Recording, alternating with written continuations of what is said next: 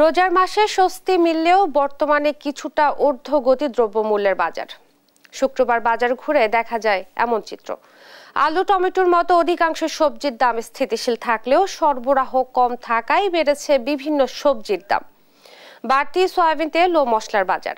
বেড়েছে পেঁয়াজ, আদা, আশি ও রসুনের দাম।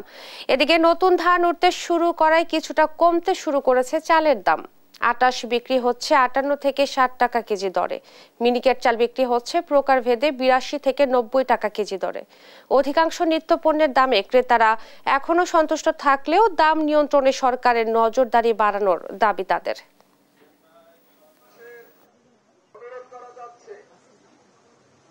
বাজার পরিস্থিতি রোজাতে সহনীয় ছিল, এখন কিছুটা বাড়তি, তারপরও আলহামদুলিল্লাহ ভালো। যে বাজারগুলো করেছি আমার কাছে মনে হলো অন্য যে কোনো সমস্যায় এখন দাম খুব সহনীয় পর্যায়ে। এখনকার বাজার পরিস্থিতি, আমরা তো আসলে কন্টিনিউ বাজার করি, বাজার আগের চেয়ে একটু কন্ট্রোল আছে, তবে এখন তো সব শাকসবজি বিভিন্ন জায়গায় পাওয়া যাচ্ছে, এই কারণে হয়তো একটু দাম কম। গত সপ্তাহের তুলনায় এই সপ্তাহে আপনার কিছু কিছু পণ্যের অনেকটাই পরিবর্তন, ঘাটতি আমরা দেখতে পেয়েছি। বিশেষ করে আপনার খোলা তেল জাতীয়গুলো যেগুলো, এটা অনেকটা দাম বৃদ্ধি পেয়েছে। বিশেষ করে আপনার খোলা যে সুপার বা পাম, এগুলো প্রতি লিটার আপনার 2 থেকে 3 টাকা বৃদ্ধি পেয়েছে। আর চিনির বাজারটা অনেক কমে আসছে। মানে চালের বাজারটা স্থির হয়ে আছে, 2-1 টাকা করে কমছে। তো মিনিকেট বেচতেছি আমরা 84-85 টাকা, তারপরে 28 বেচতেছি আমরা 58 থেকে 60 টাকা। সপ্তাহান্তে রাজধানীর কারওয়ান বাজার থেকে সরাসরি যুক্ত হচ্ছেন সহকর্মী তারেক মাহমুদ সুজন। তারেক, আপনি তো বাজারে রয়েছেন, বাজারে নিত্যপণ্যের দাম কেমন দেখছেন এবং কোন কোন পণ্যের দাম বেড়েছে জানাবেন।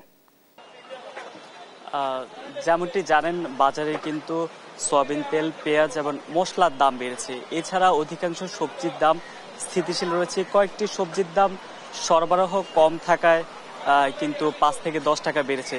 তবে আমরা মাছ মাংসের বাজার দেখেছি, সেখানেও দাম স্থিতিশীল রয়েছে এবং ক্রেতারা সন্তুষ্টি জানিয়েছেন। এই মুহূর্তে মুরগির বাজার এসেছি। মুরগির বাজার কিন্তু ব্রয়লার মুরগি 20 থেকে 30 টাকা কমে কিন্তু আজকের বাজারে বিক্রি হচ্ছে কেজি প্রতি 160 টাকা, যেটি গত সপ্তাহে 180 টাকা ছিল। একই সঙ্গে অন্যান্য যে মুরগি, সোনালী থেকে শুরু করে অন্যান্য মুরগির দামও কিন্তু কমেছে। আমরা এই মুহূর্তে যদি একজন বিক্রেতার সঙ্গে কথা বলি, আজকে মুরগির দাম কেমন দেখছেন, কোনটার দাম কত?